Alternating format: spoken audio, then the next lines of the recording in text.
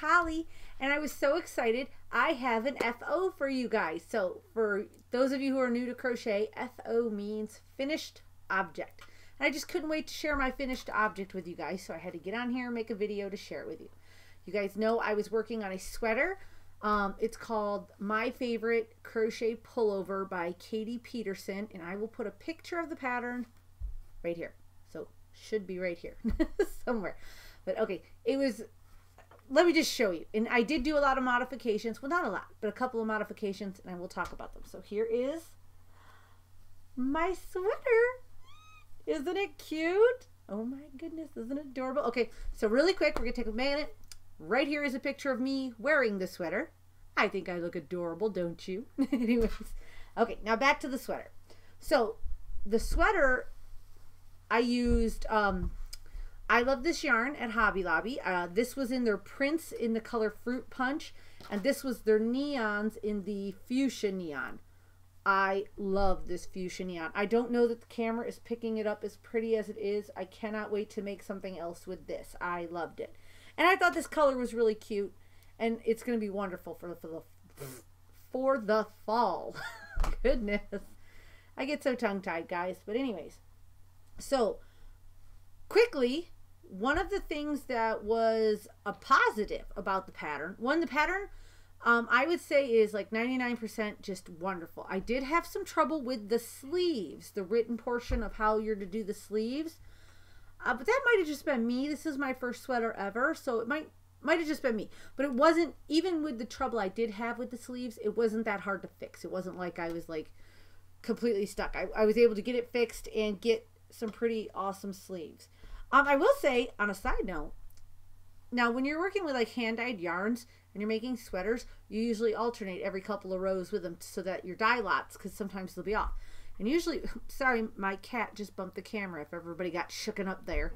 Apparently Hazel is now trying to be trouble. Hazel, come here. Come on. Come on. She's not going to do it.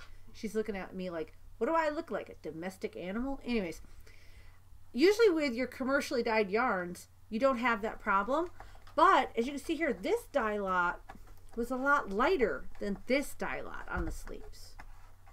Hazel, hey, she's like, just come here, Hazel. Come on. She's like at just the edge of the desk. I'm sorry, guys, but this is just how my life is. Cats show up in videos. I don't mind so much that these two sleeves are off. It's, for me, it's the experience of doing my first sweater and realizing even with commercially dyed yarns, I should probably alternate skeins, because this skein was way lighter. And then look, out of nowhere, this weird navy spot just came out of nowhere.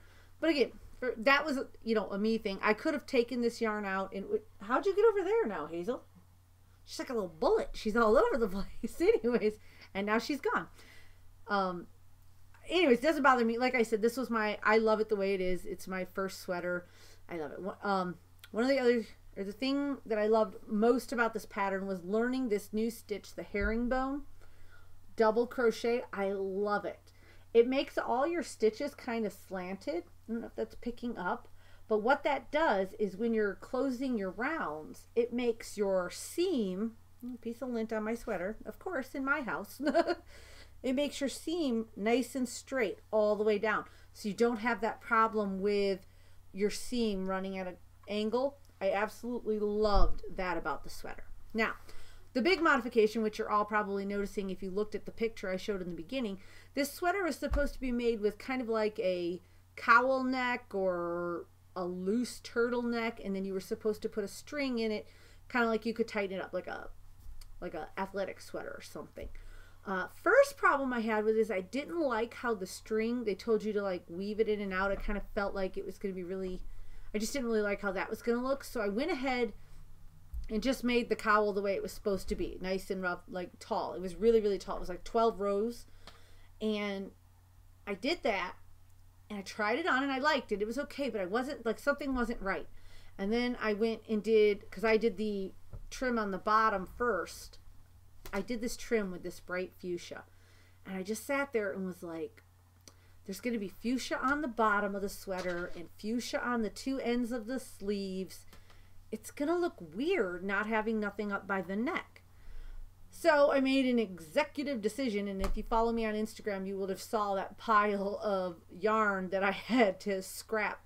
I frogged the whole cowl of the sweater down to the base there and went ahead and just did a 5-stitch ribbing all the way around, and I absolutely loved how that turned out. To me, this looks like a traditional kind of just big comfy sweater now, and I love it so much.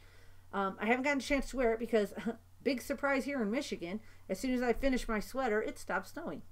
Anyways, but I did love it. I would recommend this pattern. It was a paid for pattern. See me just picking lint. It's probably my hair because, you know, I shed. It's crazy. Anyways, it was a paid for pattern, but I think it was like $5, maybe $6. It wasn't like ridiculously crazy. And I really liked how it turned out, and it was super simple to alter the neck like this rather than having the big cowl, because all I did was follow her rib pattern for the cuffs in the bottom, and I just made it on the neck. So it wasn't like it was a lot of really hard work to alter the sweater how I wanted it. I love it. I can't wait to wear it. Well, actually I can. I want to be warm for a while. I don't want to have to wear sweaters, but when it gets cold, this will be the first thing I grab and throw on. And I'm actually in the process of making another one for my son, because the best thing about the pattern is it's kind of a unisex style sweater. There's really nothing about the sweater that screams girl sweater unless you do it in like hot pink, you know, like I did. So I picked hot pink. It can really, because I mean, look, it's just a boxy shape. I know you can't see me anymore. Just a boxy shape. So this can be made for boys, it could be girls, and it goes all the way from an extra small to I believe a 3X, and then she also sells a little kids pattern too. But my oldest son, being the tall skinny child he is, fits right into the size small. So I'm in the middle of making him one now, because I made a sweater for my daughter, which I will be showing you guys shortly, and now I need to make one for him. So this is my FO. I hope you guys like it. I love, cannot say how much I love this fuchsia color. Again, I hope it's showing up on camera as awesome as it is in person. And if you guys shop at Hobby Lobby, look for the I Love This Yarn neons in the fuchsia color. I'm probably going to make an entire sweater just out of this fuchsia because love it. But thank you guys for watching. Bye.